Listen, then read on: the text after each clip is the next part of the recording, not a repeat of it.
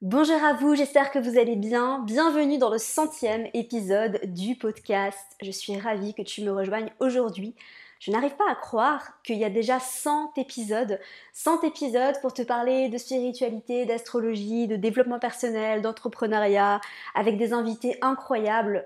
Je suis tellement ravie de pouvoir fêter ce 100e épisode. C'est vraiment une étape en fait dans la vie de ce podcast.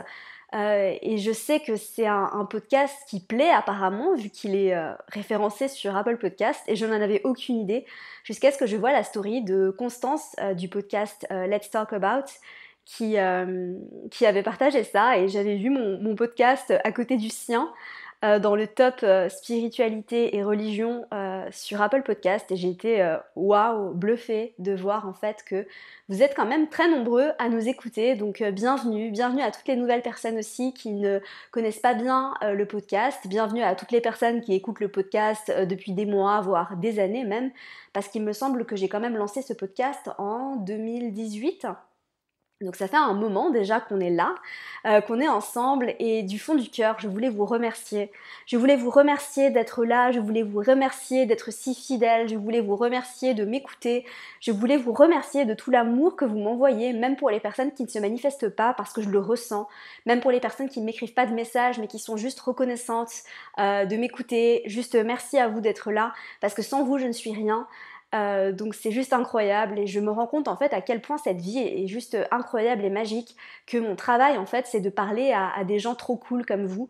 C'est juste extraordinaire, et sache que si je l'ai fait, toi aussi tu peux le faire si tu as envie de le faire, si tu as envie de te lancer dans l'entrepreneuriat, de lancer un podcast, voilà, tu peux tout faire en fait, on peut tout faire, et j'en suis bien la preuve, hein, parce que je reviens de loin, comme certains d'entre vous le savent, et on va en parler aujourd'hui d'ailleurs, parce que je vous réserve un épisode sur mon thème astral. Alors, je ne pensais jamais que j'allais faire un épisode de podcast sur mon thème astral, mais je vous avais demandé sur Instagram, @JameTrotTonSigne, fonce me suivre si ce n'est pas déjà fait, qu'est-ce que vous aimeriez avoir comme épisode pour le 100e, parce que je voulais vraiment faire un truc spécial. Au début, je me suis dit, je vais essayer d'avoir un invité de fou, mais en fait, je vais vous dire la vérité, c'est que j'ai réalisé que c'était le 100e épisode la semaine dernière. Et même si, oui, toutes les semaines, je marque le numéro de l'épisode du podcast, c'est seulement la semaine dernière que j'ai eu le déclic de me dire « Ah bah la semaine prochaine, ce sera le 100e épisode ». Donc, il faut se démerder pour faire un truc stylé. Mais j'ai pas eu le temps d'avoir un invité de fou furieux, donc si ça se trouve pour le 200e ou le 150e épisode, je vais essayer d'avoir des invités de fou furieux. Mais d'ailleurs, il y a plein d'invités géniaux qui arrivent sur le podcast, donc reste bien connecté. Et je vous ai demandé qu'est-ce que vous aimeriez avoir, et vous m'avez dit bah parle-nous de ton thème. Et j'étais là, ça vous intéresse vraiment que je vous parle de mon thème astral? Et vous avez été, je pense, 96% à dire oui. Donc je me livre, je vous dévoile mon thème astral. Je vais pas vous dévoiler tout mon thème astral parce que sinon l'épisode va durer 3 heures. J'ai mon thème astral sous les yeux, du coup je vais vous raconter un petit peu ce que je vois, comment j'analyse ça, et je vais surtout vous faire un retour d'expérience par rapport à ma vie et par rapport à certains placements. Je vais analyser certains aspects en profondeur, et je pense que c'est là en fait que ça va peut-être pouvoir, et probablement pouvoir vous aider. C'est que je vais pas juste dévoiler mon thème et raconter ma vie, c'est que je vais vraiment essayer de vous donner des clés et des outils pour que vous puissiez vous reconnaître, et peut-être que vous allez reconnaître certains placements, peut-être que certains placements sont similaires et que vous allez pouvoir mieux comprendre en fait comment certaines choses fonctionnent. Et surtout il y a des grandes thématiques en fait dans ma vie qui se retrouvent à plusieurs endroits de mon thème, et ça c'est la première chose que je vais vous dire, c'est que par exemple je vais vous parler, vous êtes probablement très nombreux à savoir que j'ai souffert de troubles alimentaires pendant 10 ans. Les troubles alimentaires dans mon thème astral ne se manifestent pas qu'à un endroit. Il y a plusieurs aspects qui montrent que voilà, il y a une possibilité de troubles alimentaires, de crise de boulimie très forte et très violente. Tout ça est indiqué dans le thème astral, et voilà, il y a plusieurs endroits, et par rapport à un placement en particulier, il a mille et une facettes. Donc voilà, je vais vous parler de quelques trucs, je vais pas tout détailler, mais j'espère sincèrement que ça vous plaira. Donc c'est parti. Alors, je vous avais parlé de troubles du comportement alimentaire. Je vais peut-être commencer par là, avant d'entrer dans des choses peut-être un peu plus croustillantes. J'ai plusieurs aspects dans mon thème qui peuvent indiquer des troubles du comportement alimentaire. Alors, il y en a un qui peut être un aspect harmonieux, enfin, qui est un aspect harmonieux, voilà, qui se manifeste très bien dans ma vie, mais qui peut indiquer une prédisposition à aimer bien manger et aimer beaucoup manger même, et peut-être avoir des excès au niveau de la nourriture. Et cet aspect-là, c'est mon soleil qui est en sextile exact à Jupiter. Donc soleil sextile Jupiter, évidemment on a cet engouement, cette exagération, on a tendance à être très chaleureux, on a tendance à être très enthousiaste, ça me donne parfois des airs de Sagittaire, donc c'est intéressant parce que des fois quand certaines personnes doivent deviner mon signe, elles me disent « Ah mais t'es pas Sagittaire ?» Non, je ne suis pas Sagittaire, mais j'ai un joli sextile soleil Jupiter qui est un sextile exact, parce qu'on a un soleil à 6 degrés du Taureau avec Jupiter à 6 degrés du Cancer. Et du coup, ce sextile, il se manifeste de plein de manières différentes, dans des côtés lumineux, mais c'est pour ça que je vous disais d'ailleurs dans mon épisode sur comment devenir astrologue que même les aspects harmonieux peuvent avoir leur face plus sombre, et je pensais notamment à cet aspect-là, parce que quand on parle de troubles du comportement alimentaire, évidemment, Soleil sextile Jupiter, donc avec des signes comme le Taureau et le Cancer, ça donne se réconforter avec la nourriture, ça donne aussi le fait de manger en plus grosse quantité. Alors ça donne aussi cet aspect très hédoniste d'aimer profiter de la vie, mais voilà, c'est la recherche de confort à travers la nourriture, la recherche de réconfort à travers la nourriture. Ça aurait été dans d'autres signes, ce serait sûrement manifesté d'une autre manière, mais en tout cas avec des signes comme le Taureau et le Cancer, évidemment, on parle de nourriture, on parle de réconfort et on parle d'émotion. Donc alimentation émotionnelle aussi. Donc voilà, et vous voyez à quel point c'est quand même important de considérer les signes dans lesquels se trouvent les planètes quand on analyse un aspect. Parce que si ça avait été un sextile entre, je sais pas, Gémeaux et Lion, ça aurait été différent. Peut-être, mais en tout cas, Taureau, Cancer, sextile, Soleil, Jupiter. Jupiter en Cancer est exalté en plus de ça, donc bien là, ça vient vraiment amplifier en fait la notion de recherche de plaisir, de recherche de confort avec le Soleil en Taureau, d'aimer manger, mais d'en faire trop en fait, parce que avec un sextile Soleil-Jupiter, on a tendance à en faire trop, on a tendance à exagérer, on a tendance à aller trop loin. Ça aurait été, je sais pas, en Verseau Sagittaire, ça aurait peut-être été d'aller trop loin dans les voyages, de faire trop par rapport à nos discours. Je pense qu'en Verseau Sagittaire, ça aurait été beaucoup par rapport aux idéaux, par rapport aux grands discours, par rapport aux croyances. Mais là, vraiment, en Taureau Cancer, c'est confort, nourriture, alimentation, recherche de plaisir, tout ça, tout ça. Donc il y a cet aspect-là. Après, ça c'est pas forcément isolé que cet aspect-là va causer des troubles alimentaires. Le truc, c'est qu'en fait, cet aspect est aussi agrémenté d'un aspect, un des aspects les plus durs de mon thème d'ailleurs. Je pense que c'est l'aspect le plus dur de mon thème. C'est Lune carré Mars. Et encore une fois, on a un aspect exact parce qu'on a Mars en Poisson à 4 degrés et on a une Lune en Gémeaux à 4 degrés également.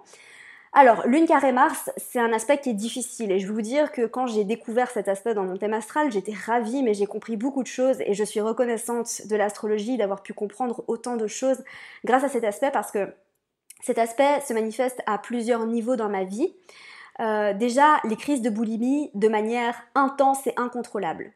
Mars carré Lune, Poisson Gémeaux, avec la lune en maison 2, donc évidemment la lune en maison 2 c'est aussi l'alimentation émotionnelle, n'oublions pas, la lune en maison 2, elle se manifeste à plusieurs niveaux dans ma vie, mais en tout cas le fait d'avoir envie de chercher le confort, de manger ses émotions, au lieu de les vivre, d'essayer d'y échapper un petit peu. Et puis Mars, un aspect stressant à la lune, évidemment les crises de boulimie, les crises d'alimentation émotionnelle, un aspect conflictuel entre Mars et la Lune, ça donne en général des réactions assez violentes. Ça peut se manifester de plusieurs manières, ça peut être à travers la parole, ça peut être à travers avoir vécu des violences, ce qui a été mon cas aussi. Ça peut se manifester comme ça en fait, à travers des sortes de crises, des sortes d'impulsions. Alors là en fait, le fait que cet aspect-là s'ajoute à Soleil sextile Jupiter, on est en plein dans l'accentuation de tout ça. Et en plus de ça, Mars en Poisson, c'est aussi un placement qui peut donner le fait d'avoir envie de s'échapper. Mars en Poisson, il n'a pas envie d'être dans la réalité et du coup, il peut utiliser plusieurs manières différentes, il a plusieurs tactiques pour essayer d'échapper à la réalité. Donc ça peut être la nourriture, ça peut être les addictions, ça peut être plein de choses, ça peut être la drogue, l'alcool, etc. Pour moi, ça n'a pas été le cas, mais pour moi, ça a été vraiment l'addiction à la nourriture, le fait de ne pas avoir envie d'être là, et du coup, ça s'est manifesté avec ce carré à la lune par des crises de boulimie qui ont été assez violentes, et c'est un trouble du comportement alimentaire que j'ai vécu pendant à peu près 10 ans, Donc voilà pour ça. Et puis évidemment Jupiter en Cancer, pour ceux qui connaissent un petit peu, c'est aussi un placement qui peut favoriser la boulimie, les troubles du comportement alimentaire. Et en plus de ça, mon Jupiter est conjoint à Chiron. Voilà, vous nous parlez de blessures émotionnelles, vous nous parlez de problèmes, enfin voilà, on est en plein là-dedans. Donc vous voyez que la boulimie s'est manifestée à plusieurs endroits dans mon thème astral. Alors aujourd'hui, j'en suis totalement sortie, mais c'est quand j'ai vraiment pris la décision de prendre les choses en main, de m'en sortir, que j'ai réussi à m'en sortir. Ça a été difficile, mais j'ai réussi à le faire et c'est pour ça que, pour ceux qui me connaissent, vous le savez, j'ai été coach en libération des troubles du comportement alimentaire pendant à peu près 2 ans, juste avant de devenir astrologue d'ailleurs et de changer complètement de carrière pendant mon retour de Saturne, n'est-ce pas? Mais voilà, j'ai aidé des dizaines de femmes à s'en sortir et je sais que j'étais censée le vivre. J'accepte pleinement ma mission, à aucun moment je me place en position de victime parce que j'ai compris en fait, quand je suis devenue coach en libération des TCA, ça a été une révélation pour moi et j'ai compris que voilà, j'étais censée vivre ça pour pouvoir aider derrière ça des centaines d'autres personnes à se libérer, ce qui a été le cas parce que j'ai pu aider des centaines de femmes différentes à se libérer des TCA et j'ai l'impression que c'est depuis en fait que j'ai commencé à parler des TCA sur YouTube parce que j'étais la première personne qui parlait de troubles du comportement alimentaire sur YouTube en 2018 ou en 2017, je sais plus. Et du coup, ça a ouvert la voie à plein de personnes qui sont lancées du coup sur cette thématique parce que c'est tellement important et parce que c'est tellement vital et j'ai pu en fait tirer ma révérence, le cœur ouvert et la tête haute parce que je me suis dit, il y a des gens qui ont pris la relève, il n'y a plus besoin, vous n'avez plus besoin de moi.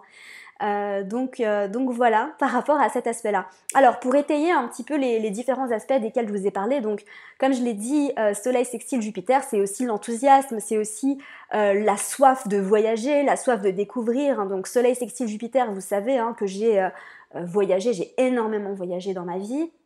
J'ai vécu aux 4 coins du monde. J'ai encore jamais été sur le continent américain, mais ça ne saurait tarder, n'est-ce pas? Si on en a la possibilité, j'aimerais beaucoup y aller faire un tour cet hiver. Mais en tout cas, j'ai énormément voyagé et je m'entends très bien de manière générale avec les Sagittaires. Voilà. On a une très bonne entente. J'ai beaucoup d'amis à moi qui sont Sagittaires. Et on a un peu cet optimisme, ce côté où on voit toujours la vie à le verre à moitié plein. Et ce Soleil sextile Jupiter, j'ai aussi le sentiment que ça me donne en fait une sorte de bonne étoile. Je suis quand même quelqu'un qui a beaucoup de chance dans la vie. Je vais pas mentir, mais je me sors souvent de situations difficiles, un peu incongrues, de manière un peu on sait pas trop pourquoi, et j'ai l'impression de vraiment avoir un ange gardien qui veille au-dessus de moi parce que par exemple, je vous donne je vous donne une anecdote, mais je voulais aller au Vietnam. Non, mais j'ai fait n'importe quoi. Hein. Franchement, pendant mes voyages, j'ai aussi fait n'importe quoi à certains moments. Et je pensais en fait que je pouvais entrer au Vietnam sans visa, tout simplement parce que les Français peuvent entrer au Vietnam sans visa pendant 2 semaines. Mais ce n'est pas le cas des Suisses. Oh, mais quelle naïveté, Amina. Du coup, j'arrive à l'aéroport de Hanoï et ils ne voulaient pas me laisser entrer. Bref, j'ai quand même réussi à m'en sortir, croyez-le ou non. J'ai réussi à entrer au Vietnam sans visa. Mais c'est pour ça que je vous dis que j'ai vraiment l'impression d'avoir une bonne étoile qui veille au-dessus de moi. Je me sens toujours hyper protégée en fait, quoi que je fasse. Ça m'arrive, je vous assure, de prendre des risques, de prendre pas mal de risques dans ma vie, mais j'ai jamais trop ramassé en fait. Quand j'étais plus jeune, j'ai failli avoir des gros problèmes avec la justice et j'ai toujours réussi à m'en sortir en fait. Donc c'est assez fou, ouais, c'est vraiment cet aspect chanceux. Alors, pour revenir sur Mars en carré à la Lune, pour parler de quelque chose de quand même un peu plus difficile, cet aspect Mars carré Lune peut indiquer des violences, et notamment des violences vécues pendant l'enfance. Alors, il y a quelque chose de très important que je tiens à souligner, c'est qu'en astrologie, les événements vécus par quelqu'un ne sont pas vraiment les événements vécus par les autres personnes. À savoir que votre thème astral va indiquer la manière dont vous allez vivre les choses de manière subjective, mais pas forcément la réalité objective. Donc, j'espère que c'est clair ce que je dis parce que c'est très important. C'est-à-dire que vous allez peut-être prendre le thème astral de 2 frères et sœurs et ça va indiquer qu'une personne va vivre des violences dans sa famille et que l'autre pas du tout. Et en fait, ça ne veut pas dire qu'il va y avoir des violences réelles dans la famille, mais ça veut peut-être dire qu'une personne sera peut-être plus focalisée sur les disputes, sur le conflit, et elle va ressentir de la violence, alors que l'autre pas du tout. Et voilà, c'est pour ça que je voulais dire ça, encore une fois, pour reprendre ma responsabilité là-dedans, tout simplement parce que oui, j'ai vécu des violences, alors pas de violences physiques, bien que cet aspect-là peut se manifester à travers des violences physiques, pour moi ça a vraiment été de la violence psychologique et de la violence verbale que j'ai vécue pendant mon enfance, et voilà, ça a été très intense pour moi, la manière dont je l'ai vécu. Il s'est rien passé de concrètement atroce, mais j'ai vécu une enfance qui...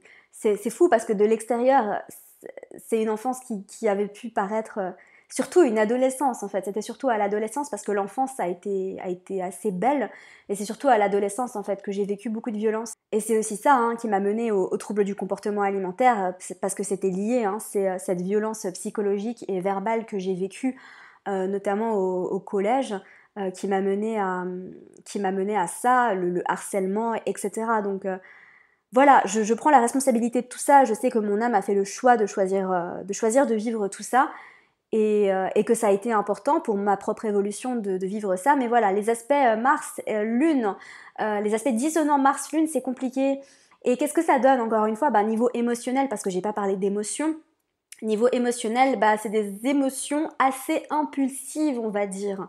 Et ça peut parfois me donner des airs de lune en bélier. C'est-à-dire que je peux avoir des réactions qui sont chaud bouillantes, des réactions qui sortent de nulle part, des réactions très impulsives. Et ça se manifeste pas chez tout le monde, mais chez les personnes desquelles je suis très proche, notamment ma famille, je peux avoir des réactions qui sont violentes, ça m'arrive. Je travaille là-dessus, hein, vraiment j'y travaille, mais c'est vrai que des fois je réagis de manière tellement impulsive que je comprends même pas ce qui se passe et parfois j'ai l'impression que il y a quelque chose qui prend le contrôle sur moi. Alors, il y a un autre aspect qui peut expliquer ça. Il y a un autre aspect difficile dans mon thème astral, mais qui est moins difficile que celui-là. Je vais pas parler que des aspects difficiles, hein. Je vais aussi parler des trucs cool, vous inquiétez pas. C'est Pluton en opposition directe à Mercure. Alors encore une fois, il s'agit d'un aspect exact, hein, n'est-ce pas que des aspects exacts. Pluton à 16 degrés du Scorpion en opposition directe à Mercure à 16 degrés du Taureau. Donc réaction violente, réaction impulsive, je peux dire des choses que je regrette après, hein, dire des choses qui peuvent être violentes, dire des choses qui sont pas forcément toujours les bienvenues. Alors après, je dois dire que cet aspect-là, il me donne aussi une certaine force. Cet aspect-là, plutôt en opposition à Mercure, dans mon thème astral, me donne une sacrée force mentale. C'est-à-dire que j'ai une résilience mentale et psychologique qui est à tomber en fait, c'est-à-dire que je ne l'abandonne jamais. Et cet aspect-là me donne aussi, donc il y a le côté têtu du taureau, hein, il y a mon soleil en taureau qui est quand même assez têtu, mais je pense que c'est plus cette opposition Pluton-Mercure en taureau et en scorpion, hein, d'ailleurs on considère quand même les signes, qui me donne en fait cette force mentale de quand je veux quelque chose, je ne lâche rien et je ne lâche jamais. Alors attention, parce que parfois c'est compliqué, j'ai du mal à lâcher prise, et j'avoue, hein, j'ai du mal à lâcher prise, j'apprends à lâcher prise, mais voilà.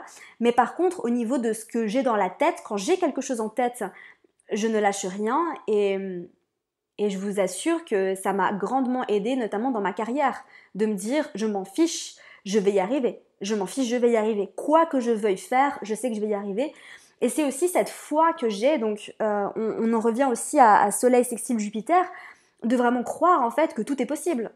De croire au champ des possibles et de croire en fait que je peux tout accomplir avec la force mentale que cet aspect Pluton-Mercure me donne en fait. Donc c'est compliqué à certains moments, mais c'est quand même beau et c'est quand même fort et c'est quand même intense. Et c'est ce qui fait que je suis moi. Alors après, on a quand même une robustesse physique aussi, donc je sais que j'ai une très grande force mentale, hein.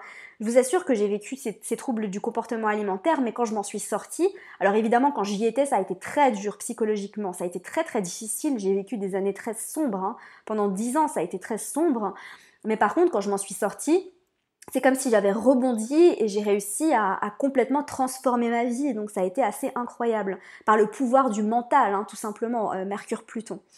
Donc une robustesse physique aussi, parce qu'on a un soleil en taureau en maison 1, donc évidemment j'ai un corps qui est très solide, hein. Soleil en taureau en maison 1, un corps très solide, je suis en très bonne santé, je le sais, je le sens. J'ai aussi mon soleil qui est en sextile à Mars, Donc Soleil à 6 degrés en sextile à Mars à 4 degrés du Poisson, donc j'ai une bonne santé, hein, j'ai une santé de fer, j'ai beaucoup d'énergie, j'ai une grande vitalité, ça m'arrive très rarement de tomber malade. Un Soleil en Taureau en maison 1, vraiment euh, un corps fort en fait, voilà, un corps fort. Après j'ai aussi mon ascendant Bélier qui fait que voilà, je prends du muscle très facilement, je fais énormément de sport, j'adore ça, ça m'aide à me maintenir en bonne santé, mais je sais que voilà, je prends du muscle hyper facilement, le Soleil en Taureau, Soleil en maison 1, voilà. J'ai une grande capacité athlétique aussi, je sais que quand je fais du sport, j'y vais à fond, je suis douée en sport, ça n'a pas toujours été le cas, mais au jour d'aujourd'hui, je suis très douée et j'adore ça et ça m'aide énormément sur le plan mental et psychologique aussi de faire du sport de façon intensive. Et si vous avez un ascendant dans un signe de feu, vous savez de quoi je parle. Ou si vous êtes bélier ou si vous avez des placements en bélier, sachez que le sport est très très très important. Donc voilà. Alors, par où je vais continuer? Je regarde un petit peu.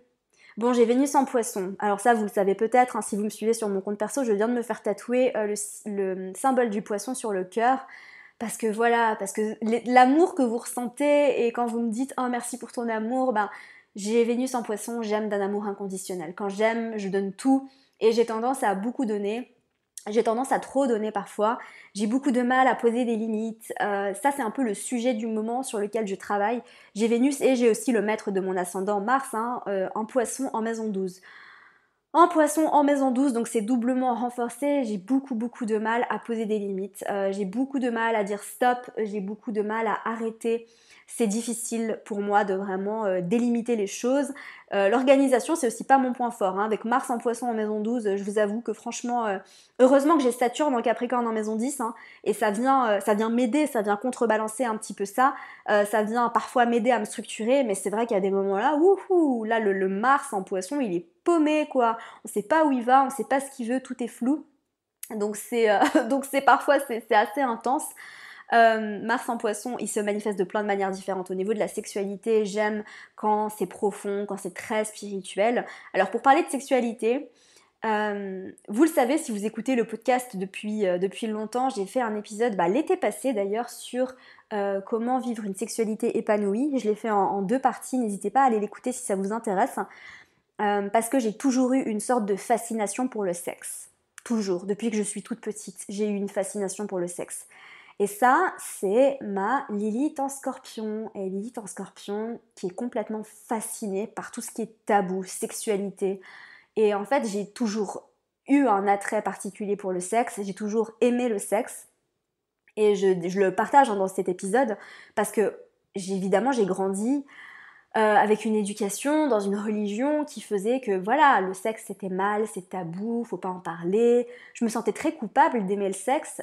J'ai toujours ressenti le poids de la culpabilité par rapport à la sexualité, par rapport à ma propre sexualité.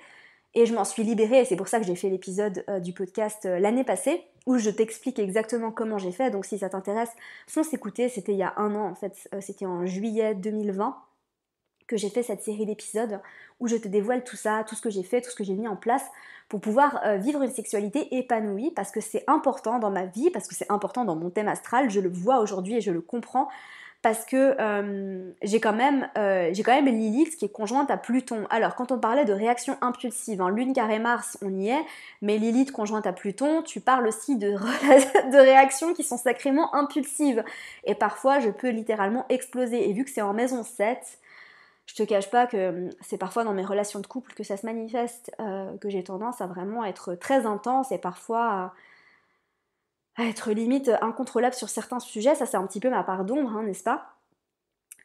Mais par contre, Lilith en Scorpion conjointe à Pluton, fascination pour le sexe qui est décuplée et besoin de plaisir sexuel. Alors Lilith, elle est aussi en opposition à Mercure en Taureau, donc besoin de plaisir sexuel, besoin de beaucoup de sensualité et de jouir de la vie littéralement à travers tout ça. Et Lilith est en trigone à Vénus, donc jouir de la vie, mais avec un grand besoin d'amour en fait. Et tu vois, cette Lilith en Scorpion qui est en trigone à Vénus en Poisson, dans mon thème astral, vraiment ça me parle de oui j'aime le sexe, oui j'aime la sexualité, mais j'ai besoin qu'il y ait beaucoup d'amour derrière. Et j'arrive pas en fait j'arrive pas vraiment à faire l'amour vraiment à quelqu'un que j'aime pas profondément de mon cœur. Alors après, attention, parce que cet aspect-là fait aussi que quand j'ai des amants, j'en tombe amoureuse. Donc c'est voilà, Vénus en Poisson aussi, je tombe amoureuse très facilement. Franchement, c'est parfois c'est beau et parfois c'est compliqué à vivre parce que avec Vénus en Poisson en maison 12, c'est comme si en fait je voyais le potentiel de mes partenaires et c'est comme si je connectais directement avec l'âme avant même de regarder la réalité, d'être vraiment concentré sur les faits, sur qui est cette personne, sur ce qu'elle va m'apporter, mais de vraiment en fait se dire mais non, mais on n'est qu'un, mais regarde, on s'est déjà rencontrés dans une autre vie, mais c'est extraordinaire, et viens, on revit une aventure extraordinaire et romantique, et d'être beaucoup trop romantique et pas assez présente dans la réalité. D'avoir du mal à poser mes limites et de parfois qu'on abuse de moi hein, dans mes relations amoureuses, il faut le dire aussi. Aujourd'hui, j'en suis beaucoup beaucoup plus consciente que quand j'étais plus jeune, mais j'ai vécu des relations toxiques à cause de ça, aussi parce que je vis un peu dans un rêve et que parfois ma Vénus en Poisson en maison 12, elle a tendance à être tellement dans l'illusion et dans le oh, qu'elle voit pas du tout hein, ce qui est. Et en plus de ça, je vais pas vous cacher que bon, je me mets un petit peu à nu là, mais je suis en train de vivre un transit qui est oh là là. Je suis en train de vivre plusieurs transits qui sont très très très difficiles. C'est pour ça que j'ai un peu du mal, mais je prends les rênes de ma vie et je sais que j'ai choisi tout ça aussi hein, en m'incarnant dans cette existence à ce moment-là. Mais j'ai un transit qui est très dur. Déjà, j'ai Pluton qui est sur mon Saturne. Donc en ce moment, on a Pluton dans les derniers degrés du Capricorne, qui est directement en conjonction avec Saturne dans mon thème. Donc ça, c'est très difficile au niveau des structures. Et dans ma vie, j'ai l'impression qu'il y a certains trucs qui s'écroulent, que je dois reconstruire de manière plus solide. Et vu que c'est en maison 10, c'est en lien avec ma carrière. Donc évidemment, dans ma carrière, tout ce qui n'est pas solide va s'effondrer, je le sais. Donc je prends les choses en main avant que ça arrive, n'est-ce pas? Je fais en sorte de me structurer, de m'organiser mieux pour vraiment reprendre en fait le pouvoir hein, parce que je sais que je suis ici pour être carriériste. Il n'y a aucun doute là-dessus. J'ai un stellium en Capricorne en maison 10, j'ai mon milieu du ciel en Capricorne, voilà, je suis ici pour bâtir une carrière qui va durer, je le sais, et j'aime ça, hein, la carrière c'est un domaine qui m'aide énormément à m'accomplir aussi. Mais voilà, donc ce transit-là, et puis j'ai Neptune qui est sur Vénus en Poisson directement. Donc ça c'est en plus un transit qui va durer longtemps, c'est un transit qui va durer au moins encore 1 an et demi, voire 2 ans. Et Neptune sur Vénus, à la fois c'est beau parce que je me sens très poétique, je me sens très artistique. Après j'ai du mal à dormir, c'est en maison 12, hein, donc j'ai énormément de mal à dormir, je fais des nuits mais c'est n'importe quoi parce que je fais tellement de rêves, mais je vous assure que je fais tellement de rêves que j'ai l'impression, je me réveille et je suis épuisée parce que j'ai l'impression de ne pas avoir dormi. Donc déjà de 1, hein, les aspects de Neptune en transit peuvent indiquer des moments de votre vie où vous allez faire beaucoup de rêves, vous allez nettoyer votre âme de manière karmique et ça peut aussi indiquer que il y a des choses qui se passent et que votre âme travaille pendant que vous dormez et que du coup vous dormez pas trop. Donc il y a ça. Au-delà du côté poétique, il y a aussi le côté illusoire dans les relations, d'avoir beaucoup de mal à voir les personnes telles qu'elles sont réellement, voilà, donc il y a un petit peu ça, mais on fait avec et tout est beau, tout est extraordinaire et je suis tellement heureuse et reconnaissante d'avoir l'astrologie comme outil extraordinaire pour pouvoir étudier tout ça, pour pouvoir conscientiser tout ça et pour pouvoir vivre ma vie de manière plus facile et plus fluide. Et d'ailleurs, ça me mène à te parler de mon dernier projet qui est juste extraordinaire, que je suis absolument ravie de te partager aujourd'hui. C'est que j'ai envie que toi aussi tu aies tous ces outils pour pouvoir lire ton thème astral comme une pro. Et que toi aussi, j'ai envie que tu puisses faire des lectures de thème astral de manière aussi facile et aussi fluide et que tu puisses comprendre non seulement ce qui se passe dans ta vie à travers ton thème astral, mais que tu puisses aussi aider d'autres personnes en lisant leur thème astral et en les aidant sur leur chemin de vie. Et c'est pour ça que j'ai décidé de créer une formation sous forme d'accompagnement, mentoring pour devenir astrologue ou alors tout simplement pour utiliser l'astrologie de manière sérieuse dans sa profession. Donc c'est un programme de mentoring qui va durer 4 mois, ça va être intensif mais ça va être extraordinaire. Pendant ce programme de mentoring, la grosse différence en fait entre ce programme et une autre formation traditionnelle en astrologie, c'est que je te prends par la main, on sera seulement 8, tous les cours seront en live sur Zoom, on sera 8, on sera soudés et je te prends par la main et je te lâche pas jusqu'à ce que tu saches lire un thème. Parce que j'ai remarqué, et vous êtes très nombreuses à revenir vers moi, notamment sur Instagram, en me disant Amina, j'ai suivi cette formation ou j'ai suivi cette formation, mais je sais pas trop si j'ai envie de me lancer, je me sens pas prête à lire un thème astral, etc. Et j'ai remarqué que c'était le problème principal, c'est qu'il y a pas mal de formations astro en ligne, on va pas se mentir, mais j'ai l'impression qu'il y a beaucoup de personnes qui suivent ces formations et qui, à la clé, ne se sentent pas prêtes à faire des lectures de thèmes, ce qui, selon moi, est complètement insensé. Parce que quand on fait une formation astro, ben, c'est pour soi, mais c'est aussi de savoir lire un thème astral sans se questionner, sans trop douter de soi. Et du coup, mon but, en fait, c'est de te donner ce pouvoir, de te donner confiance en toi, de te donner ce pouvoir de pouvoir lire un thème astral. Et c'est pour ça que dans cet accompagnement, il y aura autant de théories que de pratiques. C'est 50 théories, 50 pratiques, et je serai là et je ne te lâche pas, et je vais être chiante. Mais c'est pour ton bien et tu vas kiffer parce que à la clé, la promesse en fait de ce mentoring, à la clé, tu peux faire des lectures de thème astral et tu pourras offrir tes services sur Instagram ou ailleurs, sur YouTube, et te construire une clientèle si tu le veux. Donc voilà, c'est un programme de mentoring exclusif. Tous les liens sont dans la description, mais je suis tellement heureuse de pouvoir vous proposer ça parce que j'avoue que franchement, c'est ce dont j'aurais rêvé. J'aurais rêvé vraiment avoir quelque chose comme ça, quelque chose d'aussi exclusif, quelque chose d'aussi poussé, quelque chose d'aussi pointu, avec une vraie méthodologie, avec de la pratique, avec des exercices. Et crois-moi que si toi qui m'écoutes, tu t'y connais déjà bien en astro, mais que tu as envie d'aller plus loin, c'est fait pour toi. Évidemment, on va reprendre les bases parce que je vous parlais de structure, je vous parlais de fondations solides. On va faire en sorte que vos fondations soient solides. On va faire en sorte que vous connaissiez tout par cœur, histoire que quand vous allez lire un thème, ça va être fluide, ça va être facile. Et il y aura de l'analyse à faire, hein, ça c'est sûr et certain. Mais en tout cas, ça va pas être dur, compliqué, et vous allez avoir confiance en vous pour pouvoir vous lancer. Voilà, parce que moi, je vous avoue que j'ai suivi beaucoup de formations, j'ai suivi différentes formations, j'ai lu des livres, etc. Je me suis formée, j'ai suivi une formation d'astrologie pour devenir astrologue.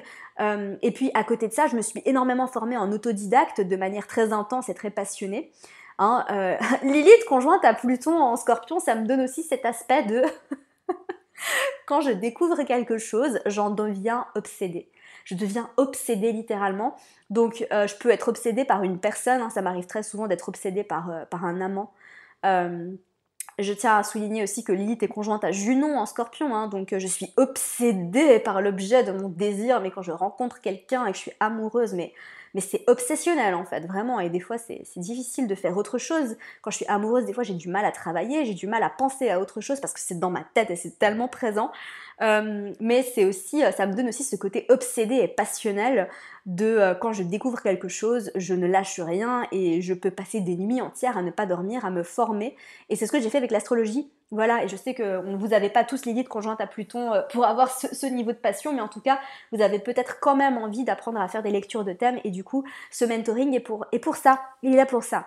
Donc si tu as des questions, s'il y a quoi que ce soit qui n'est pas clair, n'hésite pas à aller regarder la page, c'est juste en dessous dans les notes du podcast, tu as toutes les informations. Évidemment, il y a des facilités de paiement. Ça va durer 4 mois, donc on commence au milieu du mois de juillet. On commence la 3e semaine de juillet, tous ensemble, les 8 personnes et moi. Et puis on terminera à la fin du mois d'octobre et ça va être extraordinaire. Ça va aussi être un moment de transformation pour toutes les participantes parce que vous allez étudier vos thèmes astro de fond en comble, un peu comme je suis en train de faire là. Hein. Je ne l'étudie pas de fond en comble, mais quand même, vous allez pouvoir voir des choses que vous n'avez jamais vues et vous transformer, et ça va être magique, donc trop contente. Si tu as des questions sur le mentoring, n'hésite pas à m'écrire un message sur Instagram, @j'aime trop ton signe, et je te répondrai avec immense plaisir. Alors, on va continuer. Je vous avais parlé de mon fameux Saturne en Capricorne en maison 10. Alors lui, il est bien aspecté, donc je suis contente. Hein. Franchement, il est bien aspecté. Il fait juste un sextile à Vénus. C'est tout. C'est ce qui fait en fait que je suis très sérieuse dans mes relations amoureuses parce que parfois Vénus en Poisson, elle a tendance à être un peu plus volatile. Elle aime profondément, mais elle aime tout le monde en fait. Elle tombe tellement facilement amoureuse que parfois elle n'est pas très loyale. Hein. Après voilà, j'ai mon Soleil en Taureau qui est quand même très loyal. Et puis Vénus en sextile à Saturne, hein, qui me donne quand même ce côté j'ai envie d'une relation stable et sérieuse, hein, ça c'est sûr et certain. Donc Saturne en Capricorne en maison 10, évidemment milieu du ciel en Capricorne, maître du milieu du ciel c'est Saturne, Saturne est dans son signe en maison 10. Donc Saturne est très forte hein, dans mon thème, c'est ma planète dominante d'ailleurs, c'est la planète la plus forte de mon thème astral. Et c'est une planète qui nous parle d'élévation sociale. Saturne, en maison 10, voilà, mon retour de Saturne, ça a été de changer de carrière. Hein, voilà. Donc en général, le placement de Saturne va indiquer aussi quel est le domaine, quel est l'un des domaines qui va être très touché par le retour de Saturne. Et ça a été assez magique, assez incroyable. Et aujourd'hui, en fait, je comprends que je suis là pour être entrepreneur. Et il n'y a aucun doute là-dessus. Et c'est puissant et c'est beau parce que voilà, je suis aussi ascendant Bélier, donc j'ai ce côté leadership, j'ai ce côté un peu coach. J'ai été coach d'ailleurs, et d'ailleurs cet accompagnement mentoring astrologique intensif, ça va être aussi du coaching. Ça va être vous donner le pouvoir en fait. Ça va pas seulement être des faits, des informations et voilà des données intellectuelles, mais ça va être vraiment de l'empouvoirment. Ça va être beaucoup d'empouvoirment et j'ai ça dans le sang. Hein. Moi j'adore coacher, j'adore redonner leur pouvoir aux personnes qui en ont besoin. Ascendant Bélier et avec Saturne. Voilà, donc c'est bien tout ça. De quoi je vais vous parler? Je pense que c'est à peu près tout. Il y a plein d'autres choses à dire. Hein. Un petit clin d'œil à l'astrologie, mais j'ai Uranus conjoint à mon milieu du ciel, donc évidemment potentiel astrologique plus, avec en plus de ça un nœud nord en Verseau en maison 11. Donc l'astrologie était là, hein, dans mon thème astral, c'était indiqué. Je vous ai pas trop parlé de la lune en Gémeaux, mais ça c'est quand même assez un peu plus facile à analyser. Je voulais plutôt aller en profondeur un peu dans certains aspects de mon thème astral. Je pourrais encore en parler, mais je vais m'arrêter là parce que cet épisode est quand même déjà très long. Mais j'espère sincèrement que ça vous aura plu. N'hésitez pas à me faire un retour pour me dire ce que vous en avez pensé.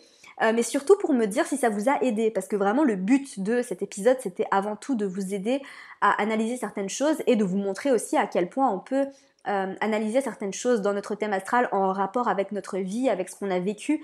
Et d'ailleurs quand j'analyse un transit, moi je regarde pas les transits que je vais vivre dans quelques mois ou dans quelques années, je regarde ceux que je vis maintenant, mais j'aime bien regarder en arrière aussi et d'aller regarder un petit peu les transits que j'ai vécu à certains moments forts de ma vie, par exemple quand j'ai lancé mon entreprise, et sache-le, j'ai lancé mon entreprise quand Saturne est entré en Capricorne, voilà. Le jour où Saturne est entré en Capricorne, c'est comme si j'avais reçu cet appel, je m'étais sentie appelée par Saturne et j'ai dit, bon maintenant ça y est, j'arrête de travailler pour quelqu'un d'autre, je suis faite pour être entrepreneur, j'ai ça dans le sang, c'est bon, on y va maintenant, go.